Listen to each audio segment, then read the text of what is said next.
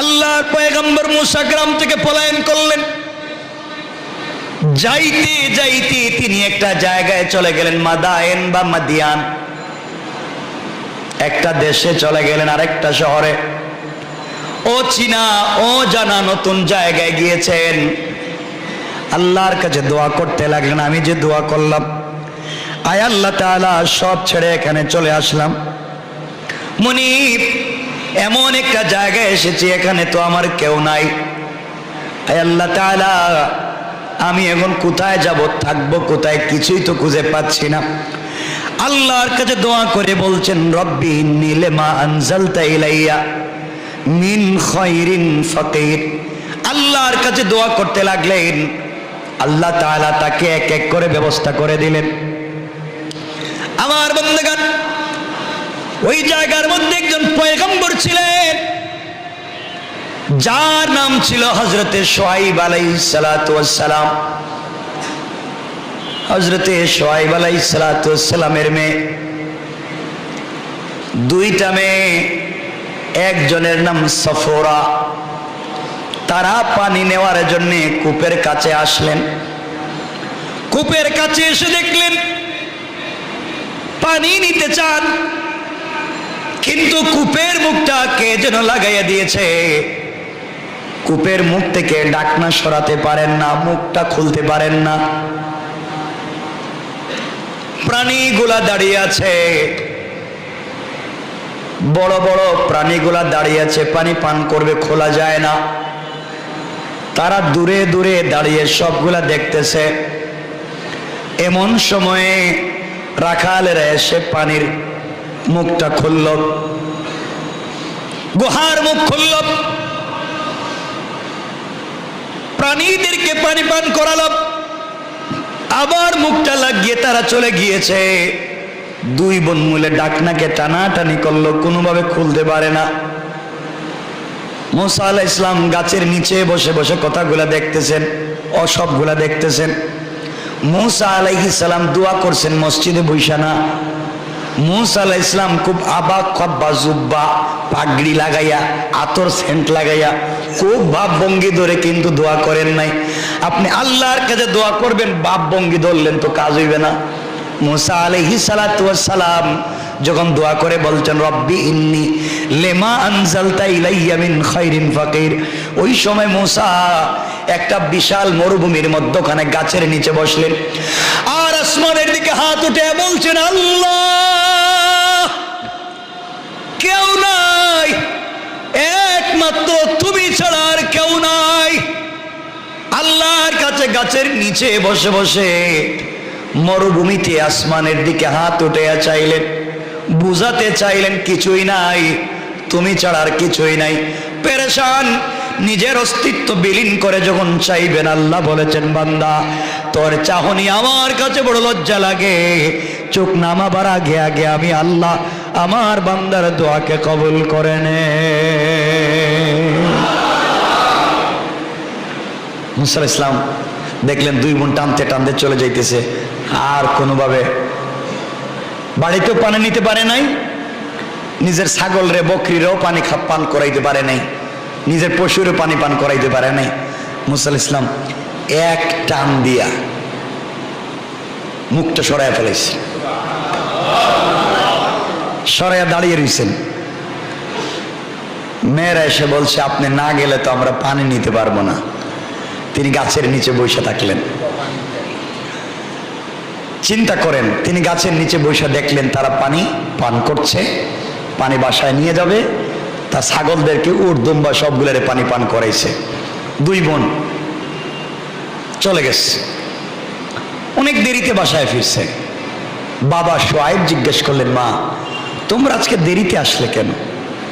তারা পুরা ঘটনা বললেন। বাবা, পানির জন্য ঢাকনা খুলতে পারতেছিলাম না, ছোটাছুটি করতেছিলাম, কাউরে পাচ্ছিলাম না। এক আগন্তুক গাছের নিচে বসেছিল, ও আমাদেরকে বহুত হেল্প করছে, সহযোগিতা করছে, ওটা সরাইয়া দিছে, আমরা পানি পান করাইতে পারছি, পানি নিয়ে আসছি, আমরা আমাদের পশুগুলারে পানি পান করাইছি। বাবা বললেন, যাও, ওই ছেলেটারে আমার কাছে নিয়ে আসো, আমি দেখতে চাই। সুবহানাল্লাহ নাই?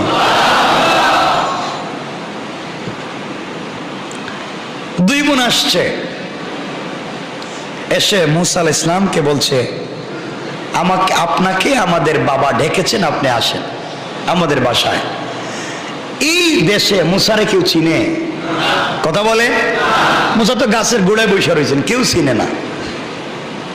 মুসা যখন হাঁটতেছেন, পিছনে পিছনে দুই বোন সামনে, দুই বোন বলছে আমরা হাঁটবো না, আমরা নবীর মেয়ে,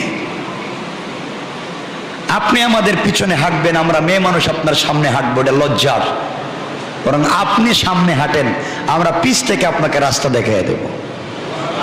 সুবহানাল্লাহ বললেন। দেখেন, সম্ভ্রান্ত সোসাইটির, উন্নত সোসাইটির চরিত্রবান ফ্যামিলির মেয়েরা তাদের সম্ভ্রম, তাদের চরিত্র, তাদের শিষ্টাচার, তাদের মূল্যবোধ, তাদের আচার আচরণ, তাদের চলার পথকেও মসৃণ করে, চলার পথকেও তারা সোসাইটি পূর্ণ করে। ঠিক কিনা বলেন?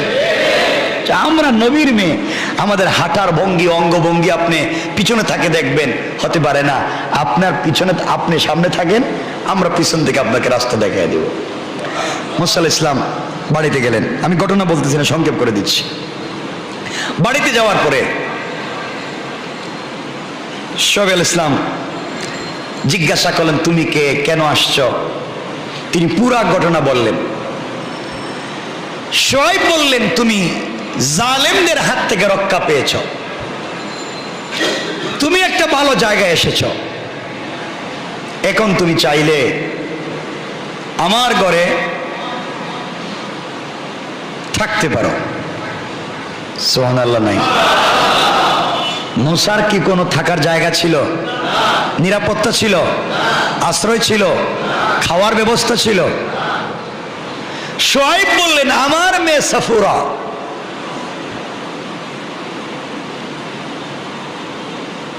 এই যে দেখতেছ, হযরতে সাফুরা বলছেন, আব্বা এই ছেলেটার অনেক শক্তি, দেখতে অনেক ভাল লাগে, আপনি এর কর্মচারী বানায় দেন। শোয়েব বলছেন, বাবা তুমি এখানে থাকতে পারো আজীবন নির্দ্বিধায়, তোমাকে আমি আশ্রয় দিলাম,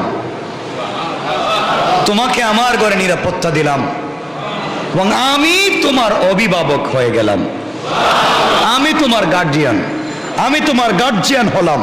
এখন তুমি চিন্তা করো। আর একটা কথা, এই যে আমার মেয়ে, এই মেয়েটাকে তোমার কাছে বিয়ে দিতে চাই, তুমি কি রাজি?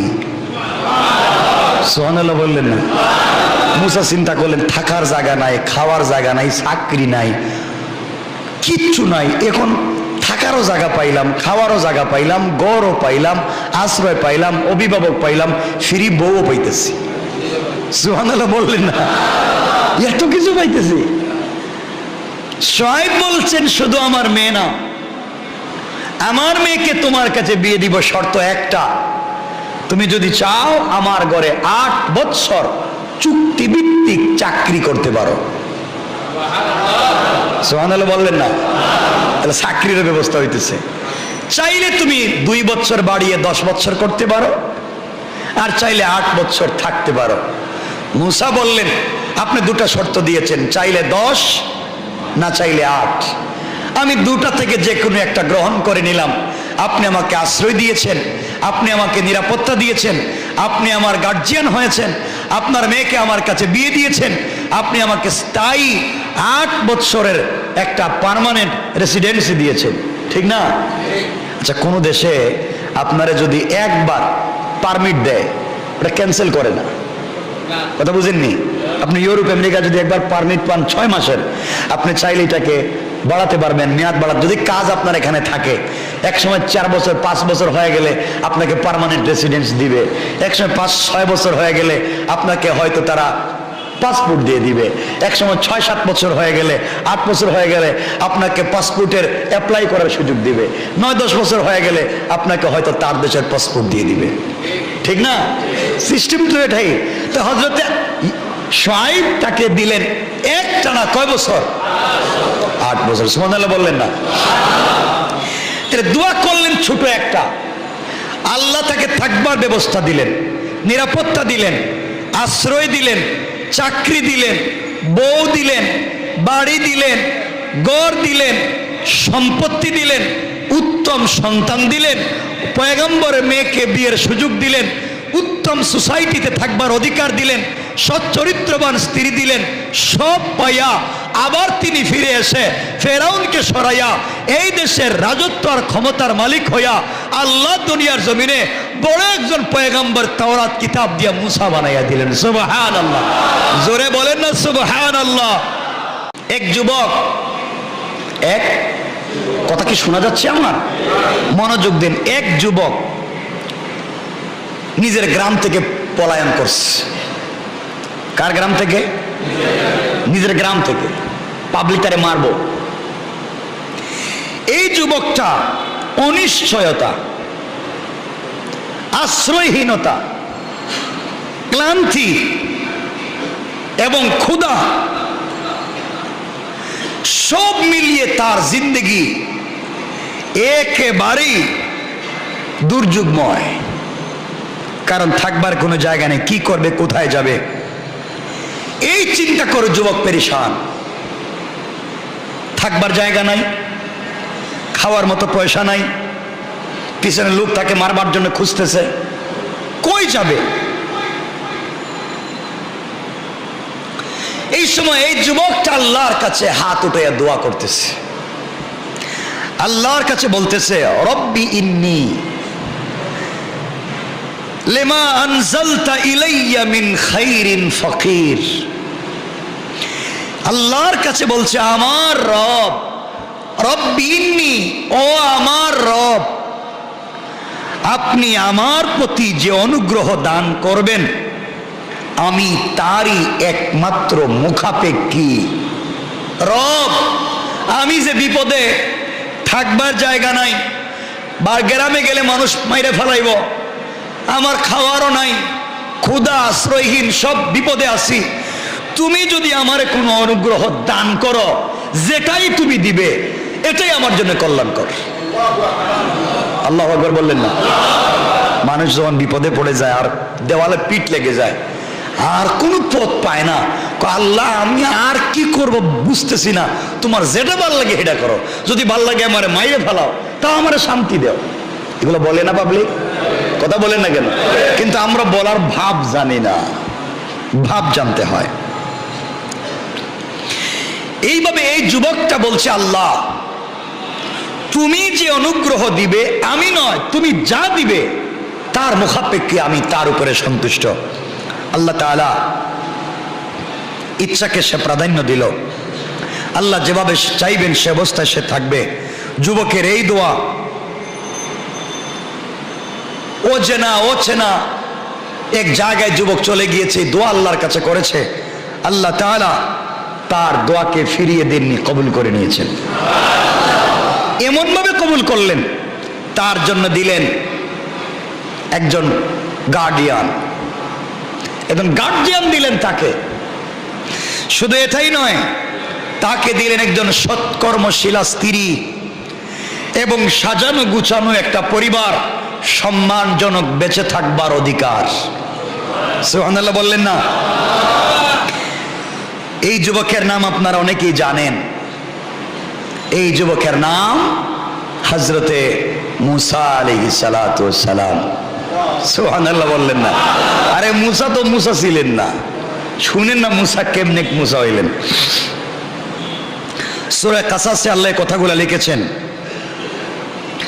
এজন্য আমি কথাগুলো পরে বলছি। আমি আপনাদেরকে বলছি, আপনাদের জীবনে ঘুর লাগা, অন্ধকার আসতে পারে, অভাব আসতে পারে, আশ্রয়হীনতা আসতে পারে, সমস্যা আসতে পারে। যখন যে সমস্যা আসবে আপনারা এই দোয়া করবেন, 100% কবুল। সুবহানাল্লাহ বললেন না? দোয়াটা হচ্ছে, সবাই বলেন, রব্বি ইন্নী লিমা আনজালতা ইলাইয়া মিন খাইরিন ফাকির। এর অর্থ হলো, আল্লাহ আমাকে তুমি যে অনুগ্রহ দিবা, তুমি যেভাবে চাও সেভাবেই তো, এটাতেই আমি রাজি, এটারই আমি মুখাপেক্ষী। সুবহানাল্লাহ বলেন। তুমি যদি আমারে মাইরে ফেলাইতে চাও আমি রাজি, তুমি যদি আমারে পাবলিক দিয়ে পিটাইতে চাও এটাতেও আমি রাজি, তুমি যদি বাগবাল্লুক দিয়ে খাওয়াইতে চাও এটাতেও রাজি। আমি আর কিছু চাই না, আমি আমার মতো চলতে গিয়ে আজকে আমার জিন্দেগি শেষ, এখন তোমার মতো চলতে চাই, তুমি যেভাবে খুশি আমি সেভাবে চলতে চাই। আল্লাহ বলেন এতদিন নিজের মতো চইলা বিপদে পড়া জিন্দেগি এখন এসে আমার কাছে চাইতেছ আমার মতো চলবা, আল্লাহর কাছে ভাল লাগছে, আল্লাহ দোয়া কবুল করে নিছে। সুবহানাল্লাহ বললেন না? এই জন্য আমরাও চাইবো কার কাছে? আর কার কাছে? এজন্য এই দোয়াটা কারা পড়বেন? যারা চাকরির জন্য দৌড়তেছেন, চাকরি তো হই না, আছে না এগুলা? আপনার বড় বিপদ, চাকরি হয় না, আপনি দোয়া পড়বেন। যে বিয়ের জন্য পাগল হয়ে গেছেন, 40 বছর হয়ে গেছে, বিয়ে তো আর আপনার কপালে নাই, নাই নাই, আছে, ছেলে আছে, অনেক মেয়ে আছে, আপনি দোয়া করবেন, আল্লাহ দোয়া কবুল করবেন। বিশ্বাস হচ্ছে না আপনাদের? সুবহানাল্লাহ বলেন না? 100% কবুল। কেন আমি বলতেছি দেখবেন না, সামনে বলতেছি। হযরত মুসা আলাইহিস সালাম এই দোয়া করলেন, এই দোয়ার মাধ্যমে তিনি কি পাইলেন? একজন অভিভাবক পাইলেন, এই দোয়ার মাধ্যমে আশ্রয় পাইলেন, এই দোয়ার মাধ্যমে চাকরি পাইলেন, এই দোয়ার মাধ্যমে থাকবার জন্য একটা ঘর পাইলেন, এই দোয়ার মাধ্যমে একটা মেয়েকে বিয়ে করবার সুযোগ পাইলেন, এই দোয়ার মাধ্যমে উত্তম সন্তান পাইলেন, এই দোয়ার মাধ্যমে আল্লাহ তাকে নবী বানাইয়া আবার দেশের ক্ষমতার মালিক বানাইয়া দিয়েছে। সুবহানাল্লাহ জোরে বলেন না? মুসা হইছে, আপনার হবে না? কথা বলেন না কেন? দোয়া তো করতে পারবেন ইনশাআল্লাহ নাকি? তা আপনারা কি দোয়া করবেন কোন তো? আপনারা তো দোয়া করবেন আর কি কোন তো? আপনাদের কিছু টাকা পয়সার দরকার, একটা বাড়ির দরকার, ছেলে মেয়ে ইউরোপ আমেরিকা যাওয়া দরকার, শেষ। এটার নাম সফলতা নয়, এটার নাম সফলতা নয়। সফলতা তার নাম ইন্তেকালের সাথে সাথে যদি রব সন্তুষ্ট হয়ে জান্নাত দিয়ে দে, তার চাইতে বড় সফলতা আর নাই। যারা মরে গিয়েছে, মাটির নিচে চলে গিয়েছে, তারা হাজারো আফসোস করছে, হাজারো ভাবে আল্লাহকে বুঝাতে চাচ্ছে, আল্লাহ একবার দেও, একটা বার যাই, 1 মিনিটের জন্য দুনিয়ায় দাও, আরেকবার তো দেও না, আমি যাই, দেখো আমি কি করে আসতে পারি, দেখো না আমি কি করি। দুনিয়ার লোভ ও লালসা, দুনিয়ার মোহ ত্যাগ করে যতক্ষণ বেঁচে থাকবো শুধু তোমার কদমে সেজদা দিব। রব আমাকে আরেকবার যাওয়ার সুযোগ দাও। তারা তো রবের কদমে একটা বার সেজদা পাওয়ার জন্য আফসোস করছে, আর আমরা যারা বেঁচে আছি, আমরা রবের কদমে সেজদা না দেওয়ার জন্য হাজার অজুহাত আর বাহানা খুঁজে বেড়াচ্ছি। কথা বলেন না কেন?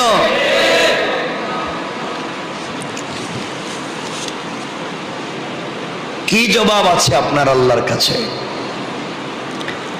কি জবাব আছে আল্লাহর কাছে আপনার? এজন্য আল্লাহর ওয়াস্তে আপনাদেরকে বলছি, রমজানুল মুবারক আমাদের সামনে একেবারে কাছাকাছি হাজির। এই রমজানকে আমরা কদর করব, বলেন ইনশাআল্লাহ, বলেন ইনশাআল্লাহ। আমি বলবো রমজানের রুটিন করেন। ফজরের নামাজের জামাত শেষ হয়ে যাওয়ার পরে কি করবেন? কয় ঘন্টা ঘুমাবেন? ঘুম থেকে উঠে আপনি কি কাজটা শুরু করবেন? জোহরের কতক্ষণ আগে উঠবেন? কয়বার তাসবিহ পড়বেন? কত রাকাত সালাত পড়বেন? কতটা আয়াত কোরআনের পড়বেন? কয় খতম কোরআন দিবেন? কতবার নিজের জন্য, মা বাবার জন্য দোয়া করবেন? জোহরের সালাতের পরে আপনি কি কাজ করবেন? আসরের আগ পর্যন্ত কি করবেন? আসর মাগরিবের মধ্যখানে কি করবেন? ইফতার সামনে নিয়ে কতক্ষণ বসে দোয়া করবেন?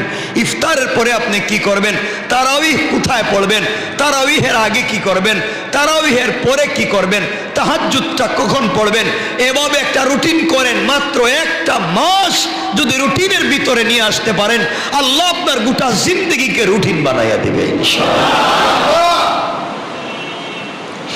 আমি চেষ্টা করব আপনাদেরকে বলার, আপনারা তো রুটিন বানাবেন। আজকের ইফতারে কি খাবেন, আগামী কালকের ইফতারে কি আছে, পরের দিনের সেহরিতে কোন তরকারি, এর পরের দিনে কি খাবেন, কোন ঈদের কোন ড্রেসটা কিনবেন, কাকে কি দিবেন, এই নিয়ে এই টেনশনের শেষ নেই। কথা বলেন না কেন? এগুলাই তো আমাদের আফসোস হয়। আমি বলতে চাচ্ছি, হয়তো এখন বলতেছি না, আগামী জুমার জন্য বলতে চাই, আপনাদের রুটিনটা হওয়া দরকার ছিল কেমন, প্রস্তুতি হওয়া দরকার ছিল কেমন। আমাদের প্রস্তুতি হচ্ছে ঈদের আগে যারা ম্যাগাজিন বানায় ম্যাগাজিন নিয়ে ব্যস্ত, যারা নাটক সিনেমা বানায় ঈদের নাটক সিনেমা, রমজানের ওগুলো নিয়ে ব্যস্ত, এটার নাম রমজানের প্রস্তুতি। যারা দোকানদারি করে এরা কেমনে বেসন সুলা চানা জমা করব এই চিন্তা নিয়ে ব্যস্ত, কথা বলেন না কেন? আর আপনারা ব্যস্ত কত লম্বা এই যে বাজারের লিস্ট বানাবেন আর কোন দোকান থেকে খরচ করবেন, এই চিন্তা নিয়ে আপনারা ব্যস্ত। আফসোস, আল্লাহ বলেন কি, তারে রমজান দিলাম না খাওয়ার জন্য, সংযমী বানাবার জন্য, এরা দেখি বাজার খালি করে ফেলাইতেছে।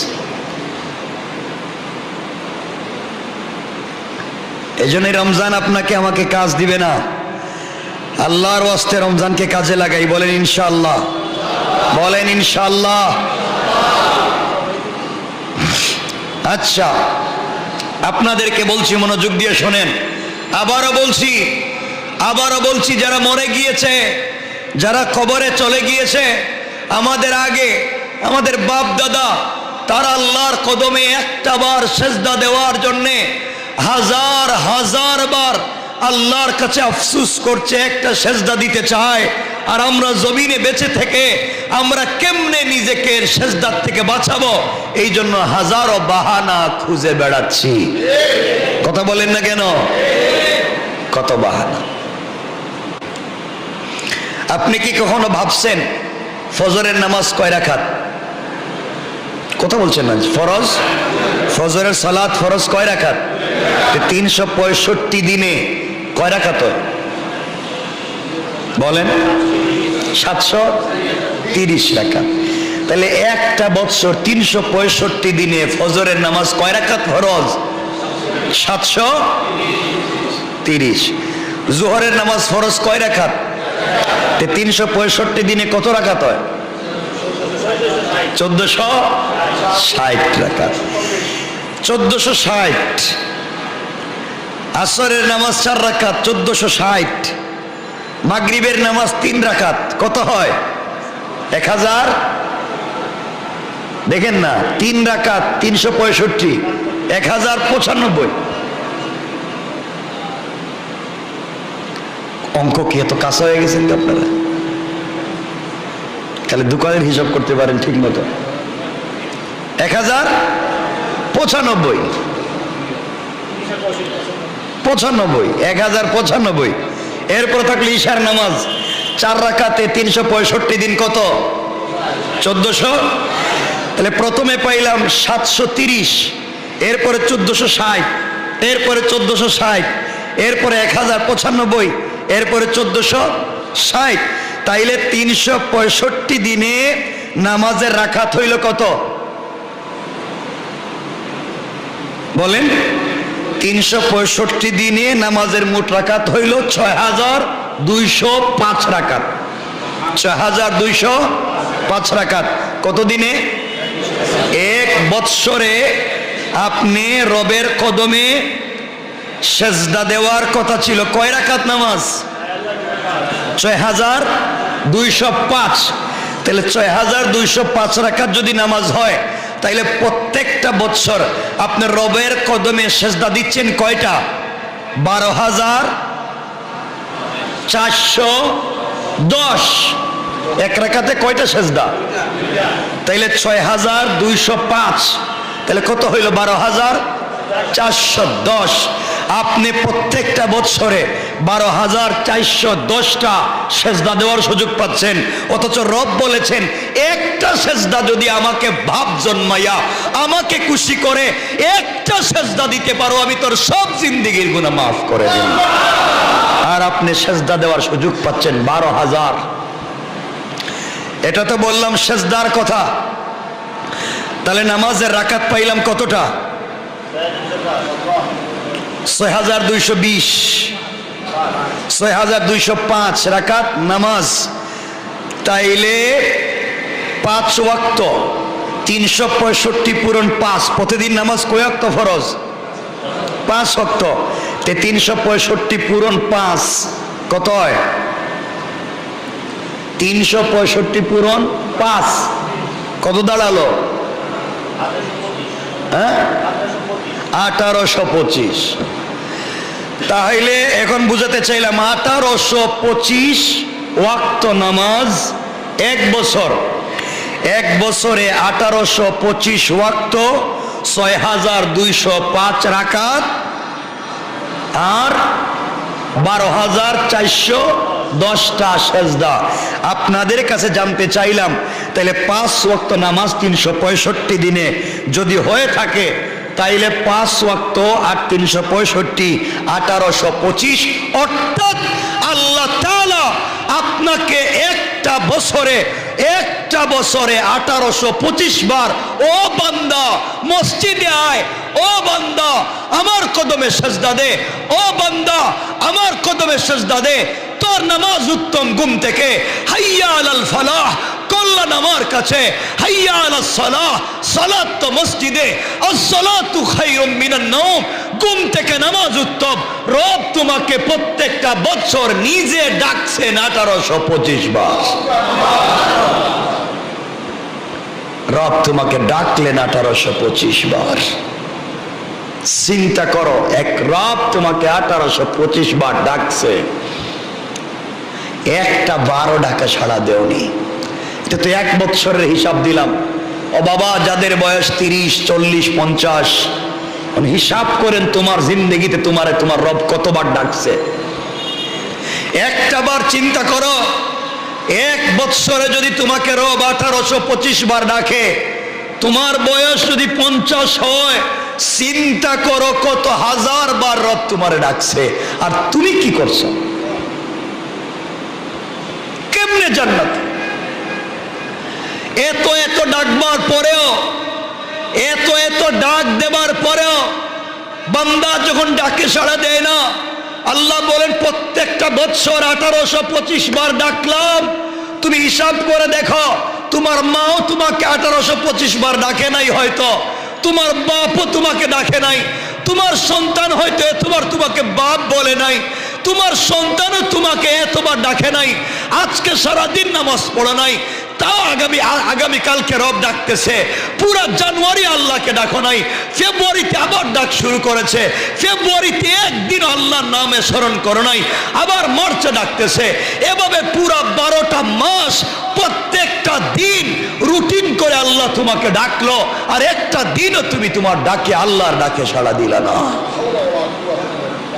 রুটিন করে রব তোমাকে ডাকছে, প্রতিটা দিন, রাত এবং দিন রুটিন করে করে তোমাকে ডাকছে। ও বান্দা, দিনে ডাকছি উঠ, ও বান্দা রাতে ডাকছি উঠ। রাতে ডাকতে ডাকতে পেরেশান হইয়া আল্লাহ বলছেন আস-সালাতু খায়রুম মিনান নাওম, ও বান্দা ঘুমাইস না, ঘুম থেকে ওঠ, আমি তোকে ডাকছি, তোর ঘুম থেকে সালাত উত্তম। আমি রবের কদমে আয়। জীবনে তো কত হাজার সেজদা দিলে না, 6000 সেজদা নাই, 12000 সেজদা নাই, একটা সেজদা দে, কথা দিলাম মাফ করে দেব, মাফ। সুবহানাল্লাহ বলেন না? আরো জোরে বলেন সুবহান।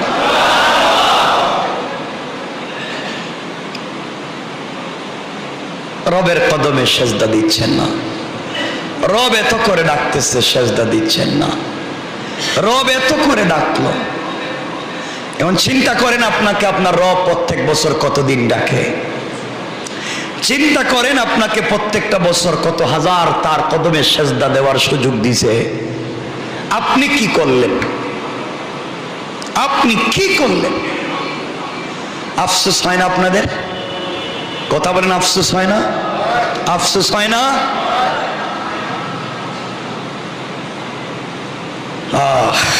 এই সুযোগ আর পাবে না।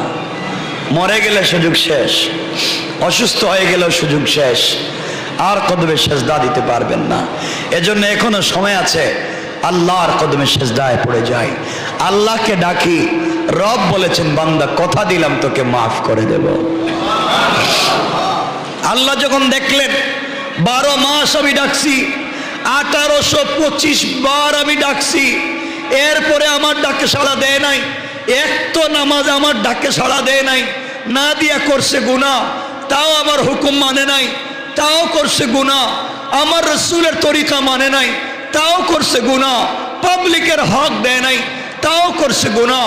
আত্মীয় স্বজনের হক দেয় নাই, তাও করছে গুনাহ। ভালো কাজ করে নাই, তাও করছে গুনাহ। গুনার কাজ আর গুনার কাজ করতে করতে বান্দা যখন একবার ব্যস্ত, আল্লাহ বলছেন আর কোন উপায় নাই, আমার বান্দারা তো জাহান্নামে ফেরেশতারা টাইনা টাইনা নিয়ে যাবে, এখন তো আর বাঁচার কোনো পথ নাই। আল্লাহ দিয়া দিলেন রমজানুল মুবারক, আর দিয়া বলেন ও বান্দা রমজান দিছি, আবার রমজানে আয়, এক একটা রাত্রে সেজদা দিবে, 1000 বছরের গুনাহকে মাফির ওয়াদা দিলাম, ওয়াদা দিলাম। সুবহানাল্লাহ, জোরে বলেন। এতদিন ডাকছি আসস নেই, আয় যায়, রমজানে আয়, মাফ করে দেব। রব বুঝতে পেরেছেন বান্দারে মাফের সুযোগ নাই, রমজান দিয়েছেন, এরপরে বুঝছেন পুরো রমজান চলে যাচ্ছে, 11 মাস গেল, রমজানটাও যাচ্ছে, বান্দা আল্লাহরে ঠিক মতো ডাকতেছে না, না সেহরি, না ইফতার, না রোজা, না ইবাদত, না তারাবি, কিছুই ঠিক মতো করতেছে না। এবার আল্লাহ আফসোস করে বলছেন আমার বান্দা দেখছি 11 মাসও ডাকে নাই, রমজানও চলে যাচ্ছে, তাও তো ডাকতেছে না, নির্ঘাত জাহান্নামী। আল্লাহ বললেন ও ফেরেশতারা, আমি রমজানের শেষ সপ্তাহে একটা মাস দিছি যার নাম লাইলাতুল কদর, তানাজ্জালুল মালাইকা ওয়ার রূহু ফিহা। আমি এই মাসের এই রাত্রে হাজার হাজার রহমতের ফেরেশতা দিয়া জিবরিল আমিনকে পাঠাইয়া দিব, এই রাত্রে কমপক্ষে যারা সেজদায় পাবে তার পুরা জিন্দেগির গুনাহকে মাফ করে আগামী 100 বছরের হায়াতে যদি বেঁচে থাকে এই পরিমাণ সওয়াব আমলনামায় লিখে দেওয়ার ওয়াদা দিলাম, ওয়াদা। এত সুযোগ, এত সুযোগ, এত সম্ভাবনা। রব কত সুযোগ খুঁজে তোমাকে মাফ করে দেওয়ার।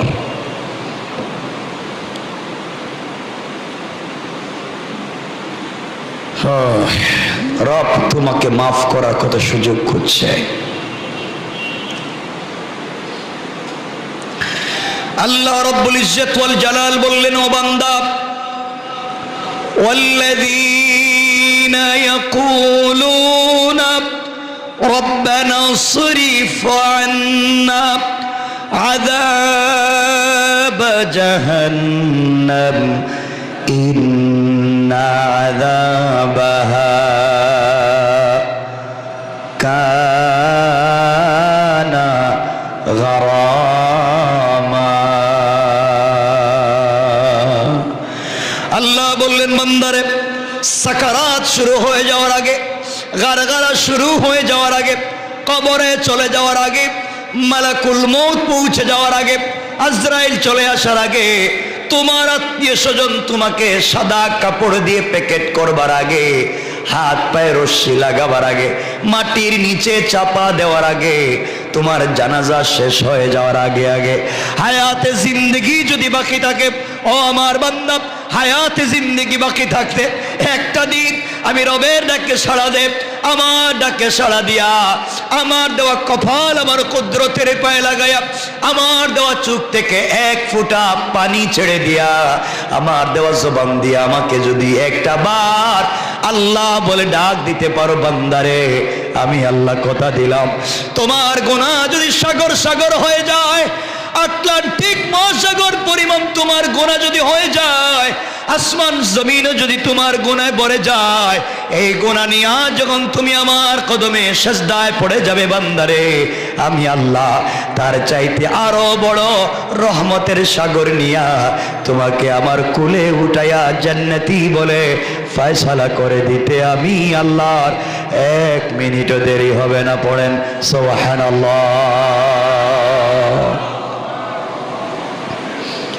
এতগুলা সম্ভাবনা রয়েছে। ও মুসলমান, আমি জানতে চাই না আপনার পরনে কোন কালারের পাঞ্জাবি আছে, শার্ট আছে, প্যান্ট আছে, টুপি আছে কি না, আমি জানতে চাই না। আমি শুধু জানতে চাই আপনার যা আছে তা কি থাকলো কি থাকলো না জানার দরকার নাই। আমি জানতে চাই যে অবস্থায় যখন যেখানে সুযোগ পান ওই সময় রবের কদমে সিজদায় পড়ে যান। রব বলেছেন আমি যখন কাউকে দিতে চাই, আমি যখন কাউকে দিব, আমি যখন কাউকে দেওয়ার সিদ্ধান্ত গ্রহণ করি, আমি যখন কাউকে দেওয়ার জন্য মনস্থির করি, আর ওই সময় যখন বান্দা সিজদার মাধ্যমে আমাকে সন্তুষ্ট সন্তুষ্ট করে ফেলে, পুরা পৃথিবীর মানুষ যা দিতে পারবে না, আমি আমার বান্দাকে একটা সেজদায় তার চাইতে বেশি দিতে পারি। সুবহানাল্লাহ, জোরে বলেন। কিন্তু আমরা তো সেই রবের কদমে সেজদায় চাই না, রবের কাছে চাই না। আফসোস হয়, আফসোস হয়। এই পৃথিবীতে মানুষ সুখী হতে চায়, চায় না? কেউ এই দুনিয়ার জমিনে দুবেলা ডাল ভাত খেয়ে সুখী হতে চায়, কেউ অট্টালিকায় থেকেও সুখী হতে পারে না। সবাই সুখের জন্য সুখ তালাশ করে, সবাই সুখ তালাশ করে। কেউ ভ্যান গাড়িতে, কেউ রিক্সায়, কেউ দামি প্রাইভেটে, কেউ পার্সোনাল হেলিকপ্টারে, কেউ ইউরোপ আমেরিকায়, কেউ তো বিভিন্ন জায়গায়। আর আল্লাহর গোলাম যারা, তারা সুখ তালাশ করে রবের কদমে সেজদায়। কথা বলে? পৃথিবীর এত শান্তির জায়গা আজকে আজকে আজকে আমার কথায় নয়, আপনি আপনার আজকে নির্বেজাল ভাবে জীবনকে উপভোগ করুন।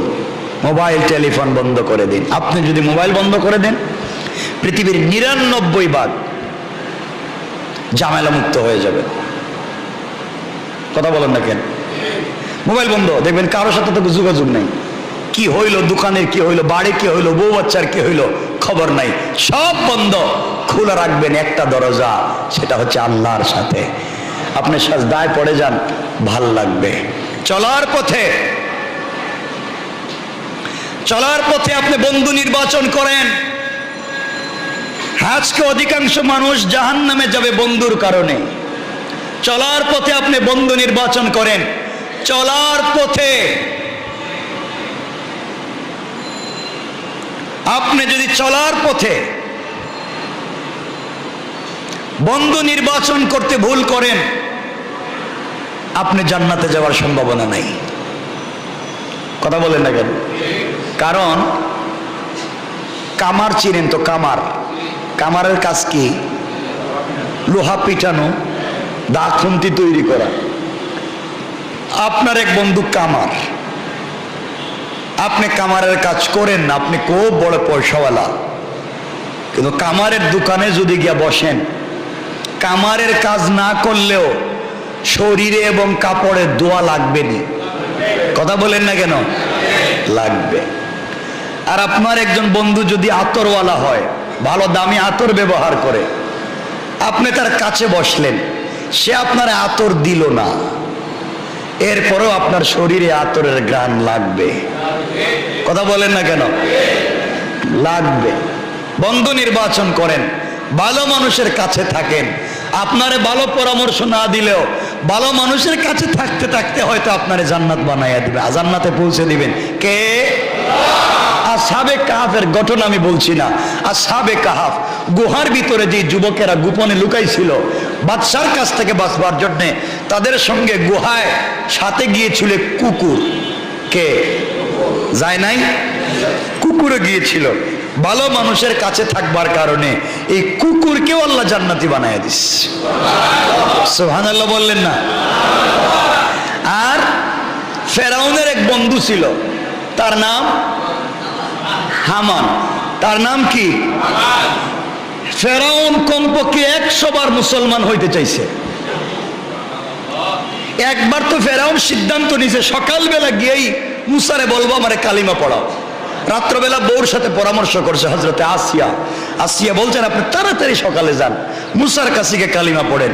হামান, ফেরাউন চিন্তা করছে আমার বিশ্বস্ত বন্ধুর নাম হামান, তারে নাচ দিকে এত যাইতে পারি না। সব ঠিকঠাক করে কালিমা পড়ার নিয়তে ঘর থেকে বাইরিয়া অর্ধেক পথে গিয়া কয় না আগে হামানের কাছে যাই। হামানের বাড়িতে গেছে গিয়া বলছে দোস্ত আমি তো কালিমা পড়তে চাই। হামান বলতেছে আমি আইতেছি। ঘরের ভিতরে গিয়া দাঁড়ালো এক তরবারি আইনা ফেরাউনের সামনে দিয়া বলছে ফেরাউন তরবারি দিলাম তোমার হাতে, এতদিন তুমি ছিলা ক্ষুধা, আজকে তুমি হয়ে যাবে বান্দা, আমি সহ্য করতে পারি না, তুমি বান্দা হওয়ার আগে আমারে মাইরে ফেলাও। ফেরাউন চিন্তা করলো আর যাই হোক আমার কেউ না মানলে একজন তো আমারে মানতেছে। এই যে ভিতরে অহংকার ঢুকে গেল, আল্লাহ বলেন ফাখরুজ, বের হয়ে যাও। অপদস্থ জালেম, বন্ধুর কারণে তার অস্তিত্ব শেষ। এজন্য বন্ধু নির্বাচন করতে গেলে, বন্ধু নির্বাচনে যদি ভুল করেন তাহলে জিন্দেগি শেষ। কথা বলেন না কেন? চলার পথে নির্দিষ্ট সংখ্যক মুনাফিক, চলার পথে নির্দিষ্ট সংখ্যক মুনাফিক এবং ষড়যন্ত্রকারীকে এড়িয়ে চলুন, জিন্দেগির ৯৯ সমস্যার সমাধান হয়ে যাবে। ঠিক কিনা বলেন? বিপদে তো মুনাফিকরাই, আপনার কাছের মুনাফিকটাই পালায়। এজন্যে আমরা চাইবো কার কাছে? বললেন না, জোরে বলেন, আল্লাহর কাছে। খুব মনোযোগ দিয়ে শুনেন, লম্বা করতে চাই না আমার বন্ধুগণ। সুতরাং এই দুনিয়ার জমিনে আমরা একমাত্র কেবলমাত্র চাইবো কার কাছে? সকলে বলেন। সময়টা রমজান কাছে আসছে, সবাই মিলে কার কাছে? আল্লাহর কাছে। আমি এক যুবকের কথা বলি কয়েক মিনিটে। এক যুবকের কথা বললেই কথা শেষ করবো আজকে। এক যুবক, এক কথা কি শোনা যাচ্ছে আমার? মনোযোগ দিন। এক যুবক নিজের গ্রাম থেকে পলায়ন করছে। কার গ্রাম থেকে? নিজের গ্রাম থেকে। পাবলিক তারে মারবো। এই যুবকটা অনিশ্চয়তা, আশ্রয়হীনতা, ক্লান্তি এবং ক্ষুধা সব মিলিয়ে তার জিন্দেগি একেবারেই দুর্যোগময়। কারণ থাকবার কোনো জায়গা নেই, কি করবে, কোথায় যাবে, এই চিন্তা করে যুবক পেরেশান। থাকবার জায়গা নাই, খাওয়ার মতো পয়সা নাই, পিছনে লোক তাকে মারবার জন্য খুঁজতেছে, কই যাবে? এই সময় এই যুবকটা আল্লাহর কাছে হাত উঠাইয়া দোয়া করতেছে, আল্লাহর কাছে বলতেছে, রব্বি ইন্নী লিমা আনজালতা ইলাইয়া মিন খাইরিন ফাকির। আল্লাহর কাছে বলছে, আমার রব, রব্বি ইন্নী, ও আমার রব, আপনি আমার প্রতি যে অনুগ্রহ দান করবেন আমি তারই একমাত্র মুখাপেক্ষী। রব, আমি যে বিপদে, থাকবার জায়গা নাই, বা গ্রামে গেলে মানুষ মাইরে ফেলাইব, আমার খাওয়ারও নাই, ক্ষুধা, আশ্রয়হীন, সব বিপদে আছি। তুমি যদি আমারে কোনো অনুগ্রহ দান করো, যেটাই তুমি দিবে এটাই আমার জন্য কল্যাণকর। আল্লাহু আকবার বললেন না? মানুষ যখন বিপদে পড়ে যায় আর দেওয়ালে পিঠ লেগে যায়, আর কোনো পথ পায় না, আল্লাহ আমি আর কি করব বুঝতেছি না, তোমার যেটা ভাল লাগে সেটা করো, যদি ভাল লাগে আমারে মাইরে ফেলাও, তাও আমারে শান্তি দাও। এগুলো বলে না পাবলিক? কথা বলেন না কেন? কিন্তু আমরা বলার ভাব জানি না, ভাব জানতে হয়।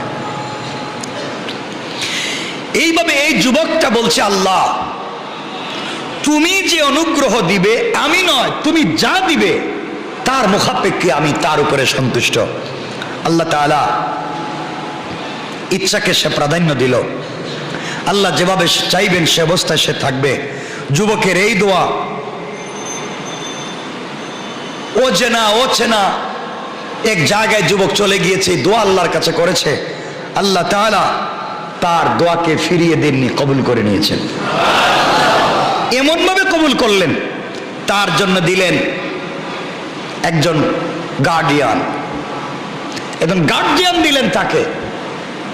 শুধু এটাই নয়, তাকে দিলেন একজন সৎকর্মশীলা স্ত্রী এবং সাজানো গুছানো একটা পরিবার, সম্মানজনক বেঁচে থাকবার অধিকার। সুবহানাল্লাহ বললেন না? এই যুবকের নাম আপনারা অনেকেই জানেন। এই যুবকের নাম হযরতে মুসা আলাইহিস সালাতু ওয়াস সালাম। সুবহানাল্লাহ বললেন না? আরে মুসা তো মুসা ছিলেন না, শুনেন না মুসা কেমনে মুসা হইলেন। সূরা কাসাসে আল্লাহ কথাগুলো লিখেছেন,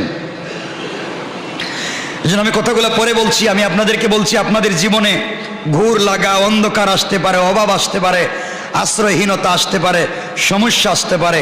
যখন যে সমস্যা আসবে আপনারা এই দোয়া করবেন, 100% কবুল। সুবহানাল্লাহ বললেন না? দোয়াটা হচ্ছে, সবাই বলেন, রব্বি ইন্নি লেমা আনজালতা ইলাইয়া মিন খাইরিন ফাকির। এর অর্থ হলো, আল্লাহ আমাকে তুমি যে অনুগ্রহ দিবা, তুমি যেভাবে চাও সেভাবেই তো, এটাতেই আমি রাজি, এটারই আমি মুখাপেক্ষী। সুবহানাল্লাহ বলেন।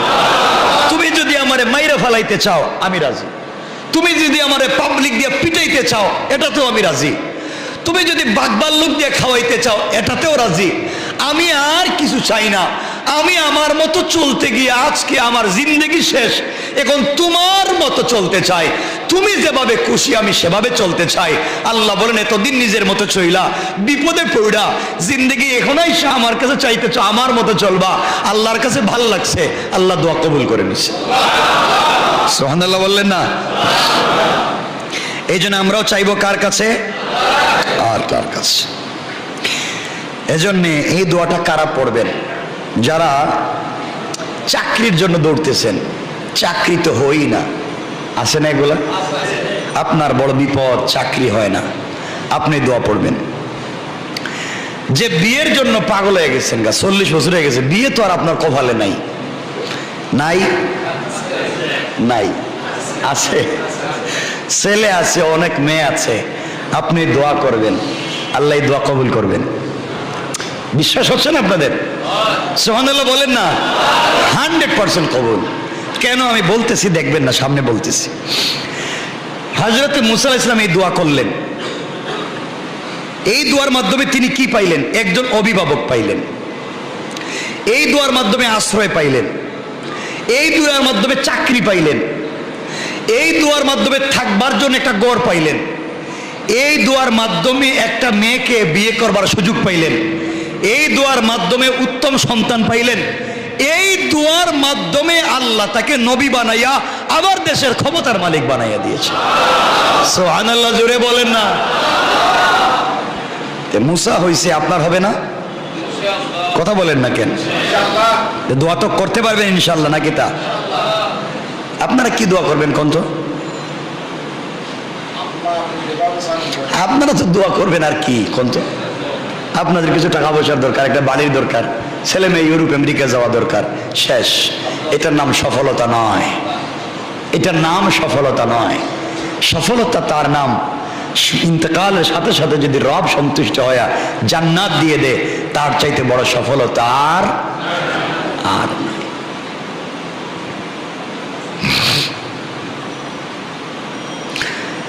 এই আয়াতটা চাকরি, বিয়ে, রিজিক, সুস্থতা, নিরাপত্তা সবকিছুর জন্য আশ্চর্যজনকভাবে দোয়াটা কবুল।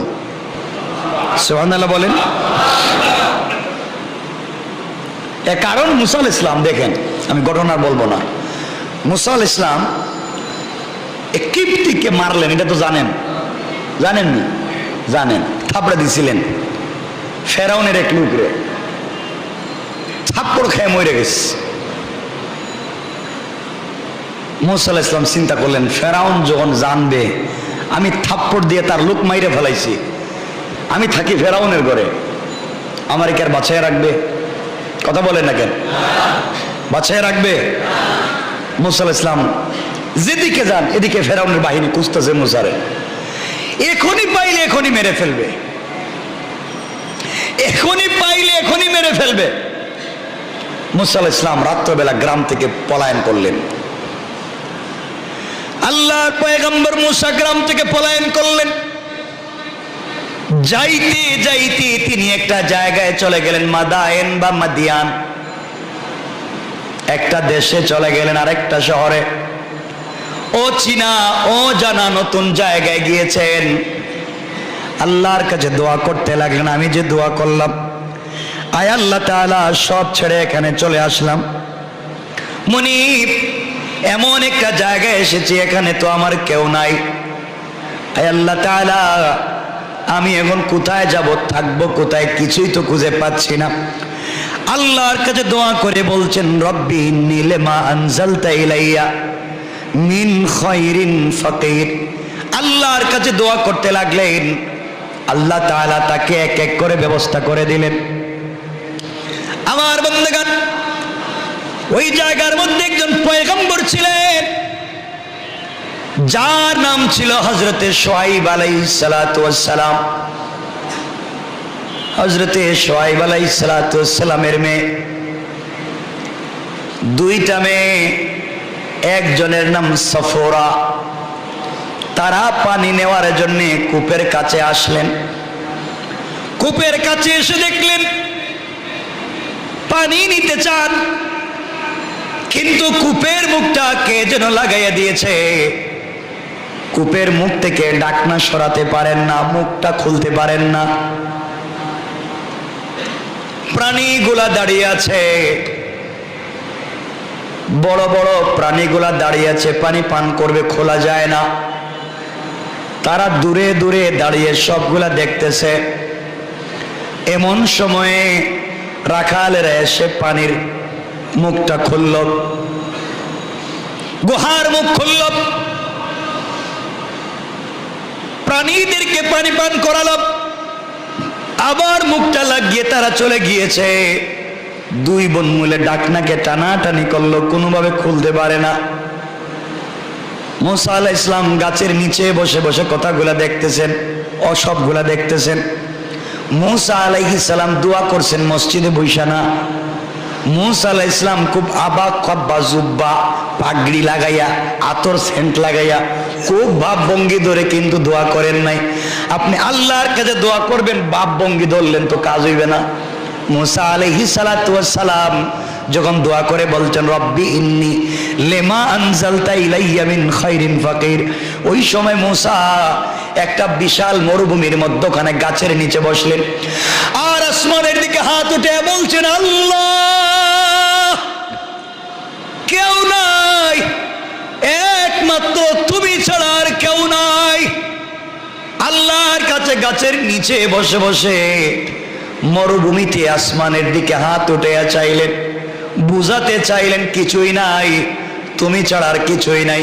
পেরেশান, নিজের অস্তিত্ব বিলীন করে যখন চাইবেন, আল্লাহ বলেছেন বান্দা তোর চাহনি আমার কাছে বড় লজ্জা লাগে, চোখ নামাবার আগে আগে আমি আল্লাহ আমার বান্দার দোয়াকে কবুল করে নে।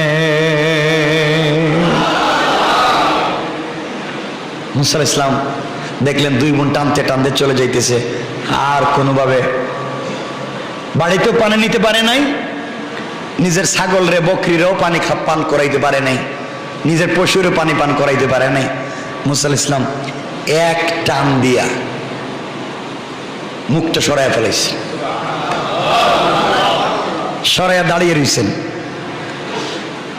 মেয়েরা এসে বলছে আপনি না গেলে তো আমরা পানি নিতে পারবো না।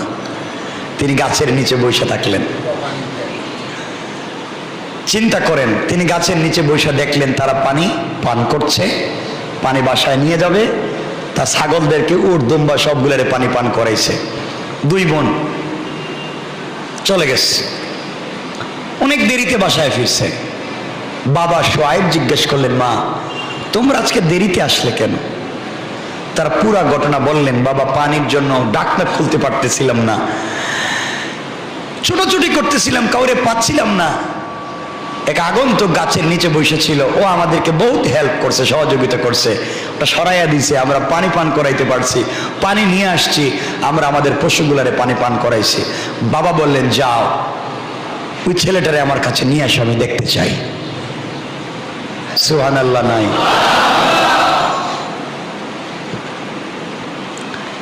দুই বোন আসছে,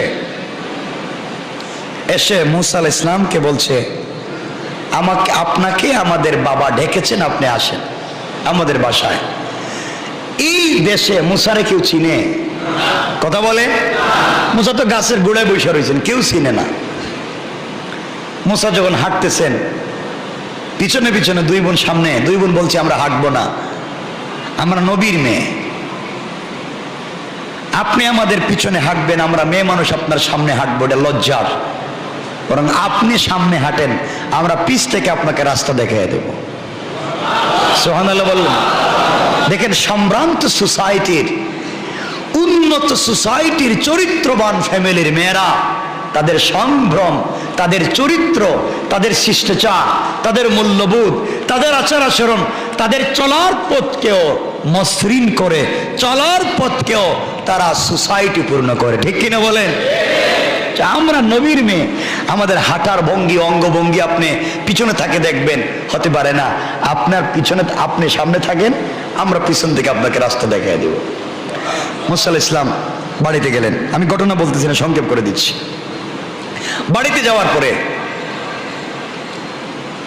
শোয়েব আলাইহিস সালাম জিজ্ঞাসা করলেন, তুমি কে, কেন আসছ? তিনি পুরা ঘটনা বললেন। শোয়েব বললেন, তুমি জালেমদের হাত থেকে রক্ষা পেয়েছ, তুমি একটা ভালো জায়গায় এসেছ, এখন তুমি চাইলে আমার ঘরে থাকতে পারো। সুবহানাল্লাহ নাই। মুসার কি কোনো থাকার জায়গা ছিল? নিরাপত্তা ছিল? আশ্রয় ছিল? খাওয়ার ব্যবস্থা ছিল? শোয়েব বললেন, আমার মেয়ে সাফুরা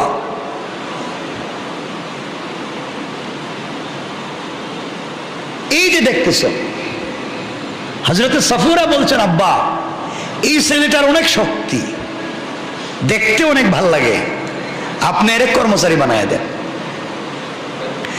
শোয়েব বলছেন, বাবা তুমি এখানে থাকতে পারো আজীবন নির্দ্বিধায়, তোমাকে আমি আশ্রয় দিলাম, তোমাকে আমার ঘরে নিরাপত্তা দিলাম, এবং আমি তোমার অভিভাবক হয়ে গেলাম, আমি তোমার গার্জিয়ান, আমি তোমার গার্জিয়ান হলাম। এখন তুমি চিন্তা করো। আর একটা কথা, এই যে আমার মেয়ে, এই মেয়েটাকে তোমার কাছে বিয়ে দিতে চাই, তুমি কি রাজি? সুবহানাল্লাহ বললেন না? মুসা চিন্তা করলেন, থাকার জায়গা নাই, খাওয়ার জায়গা নাই, চাকরি নাই, কিচ্ছু নাই, এখন থাকারও জায়গা পাইলাম, খাওয়ারও জায়গা পাইলাম, গড়ও পাইলাম, আশ্রয় পাইলাম, অভিভাবক পাইলাম, ফ্রি বউও পাইতেছি। সুবহানাল্লাহ বললেন না? এত কিছু পাইতেছি। শোয়েব বলছেন, শুধু আমার মেয়ে না, আমার মেয়েকে তোমার কাছে বিয়ে দিব, শর্ত একটা, তুমি যদি চাও আমার ঘরে 8 বছর চুক্তিভিত্তিক চাকরি করতে পারো। সুবহানাল্লাহ বললেন না? তাহলে চাকরির ব্যবস্থা হইতেছে। চাইলে তুমি 2 বছর বাড়িয়ে 10 বছর করতে পারো, আর চাইলে 8 বছর থাকতে পারো। মুসা বললেন, আপনি দুটা শর্ত দিয়েছেন, চাইলে 10, না চাইলে 8, আমি দুটা থেকে যে কোনো একটা গ্রহণ করে নিলাম। আপনি আমাকে আশ্রয় দিয়েছেন, আপনি আমাকে নিরাপত্তা দিয়েছেন, আপনি আমার গার্জিয়ান হয়েছেন, আপনার মেয়েকে আমার কাছে বিয়ে দিয়েছেন, আপনি আমাকে স্থায়ী 8 বছরের একটা পার্মানেন্ট রেসিডেন্সি দিয়েছেন, ঠিক না? আচ্ছা, কোনো দেশে আপনারা যদি একবার পারমিট দেয়, ওটা ক্যান্সেল করে না, কথা বুঝেননি? আপনি ইউরোপ আমেরিকা যদি একবার পারমিট পান 6 মাসের, আপনি চাইলে এটাকে বাড়াতে পারবেন, মেয়াদ বাড়াতে, যদি কাজ আপনার এখানে থাকে। একসময় 4 বছর 5 বছর হয়ে গেলে আপনাকে পার্মানেন্ট রেসিডেন্স দিবে, একসময় 5-6 বছর হয়ে গেলে আপনাকে হয়তো তারা পাসপোর্ট দিয়ে দিবে, একসময় 6-7 বছর হয়ে গেলে, 8 বছর হয়ে গেলে আপনাকে পাসপোর্টের অ্যাপ্লাই করার সুযোগ দিবে, 9-10 বছর হয়ে গেলে আপনাকে হয়তো তার দেশের পাসপোর্ট দিয়ে দিবে, ঠিক না? সিস্টেম তো এটাই। তো হযরতে শোয়েব তাকে দিলেন একটানা কয় বছর? 8 বছর। সুবহানাল্লাহ বললেন না? তাহলে দোয়া করলেন ছোট একটা, আল্লাহ তাকে থাকবার ব্যবস্থা দিলেন, নিরাপত্তা দিলেন, আশ্রয় দিলেন, চাকরি দিলেন, বউ দিলেন, বাড়ি দিলেন, ঘর দিলেন, সম্পত্তি দিলেন, উত্তম সন্তান দিলেন, পয়গম্বরের মেয়েকে বিয়ের সুযোগ দিলেন, উত্তম সোসাইটিতে থাকবার অধিকার দিলেন, সচ্চরিত্রবান স্ত্রী দিলেন। সব পাইয়া আবার তিনি ফিরে এসে ফেরাউনকে সরাইয়া এই দেশের রাজত্ব আর ক্ষমতার মালিক হইয়া আল্লাহ দুনিয়ার জমিনে বড় একজন পয়গম্বর তাওরাত কিতাব দিয়া মুসা বানাইয়া দিলেন। সুবহানাল্লাহ, জোরে বলেন না সুবহানাল্লাহ।